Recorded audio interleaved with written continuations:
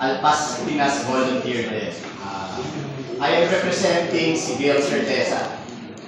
Siya yung lead convener of Alpas Pinas. She has a message for all of you this morning. I'll just read it. Maraming salamat po for joining us today. We are very appreciative of your time and presence. Marami tayong pag-uusapan ngayong umaga, some epic updates on nuclear energy that our speakers will talk about. Congressman Marco Wangco, he is your esteemed congressman. Pero alam ba ninyo that he is one of the top nuclear energy advocates in the world? Si Dr. Kaloy Arcilla, Director of the Philippine Nuclear Research Institute and one of our country's leading geologists. We are very lucky na makakasama natin sila today. Si Mayor Noel Unson, si Vice Mayor Melchora Arenas Llanesa, and Councilor Georgie Aquino, and esteemed officials of Labrador. Thank you for having us. The story of Labrador is unique in the nuclear world. A town who decided to have nuclear energy because it wants a bright future for its people. All of that po are going to be discussed today.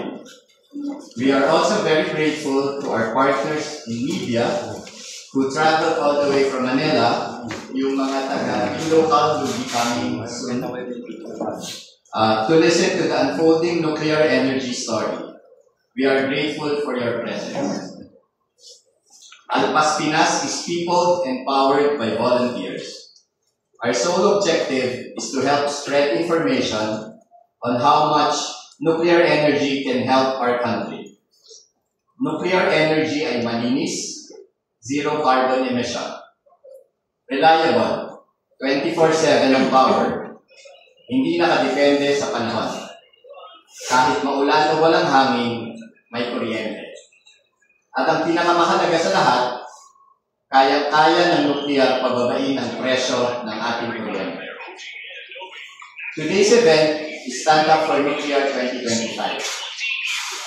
Around the world, lahat ng mga nuclear energy volunteers create events sa mga park, train stations, in front of government offices para makipag-usap sa mga tao tungkol sa mga benepisyo ng nuklear. Dito po sa Pilipinas, this is our 7th Stand Up for Nuclear. And for me, this 2025 is a very unique stand-up because Labrador is a unique story. Around the world, there are 440 nuclear reactors in 31 countries. Hindi po tayo kasama doon, pero meron tayong nuclear power plant na hindi pinaandar. In 5 years' time, mas dadami pa. There are 70 nuclear reactors under construction and 110 being planned. Di pa rin tayo kasama doon. Yung mga kapitbahay natin, Bangladesh, malapit ng buksan ng kanilang nuclear power plant. Vietnam plans nuclear generation by 2030, Malaysia by 2031, and Singapore by 2050. Napag-iwanan na po tayo noong 70s. Dapat kasabay natin ang Japan. Naiwanan din tayo noong 80s. Dapat kasabay natin ang South Korea. Dapat ngayong 2025, di na tayo naiwanan ng ating mga kapitbahay. Kaya napaka-importante ng Labrador. Kayo ang maglalagay ng Pilipinas sa mapa ng nuclear energy. That is why we decided to hold our annual Stand Up for Nuclear event here in Labrador. Because we wanted to inform you that you are not alone in wanting nuclear. That many societies and people who have taken the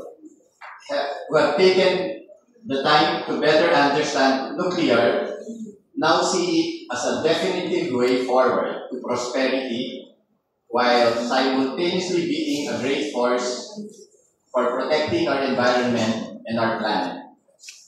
Maraming salamat po, and thank you everyone for having us.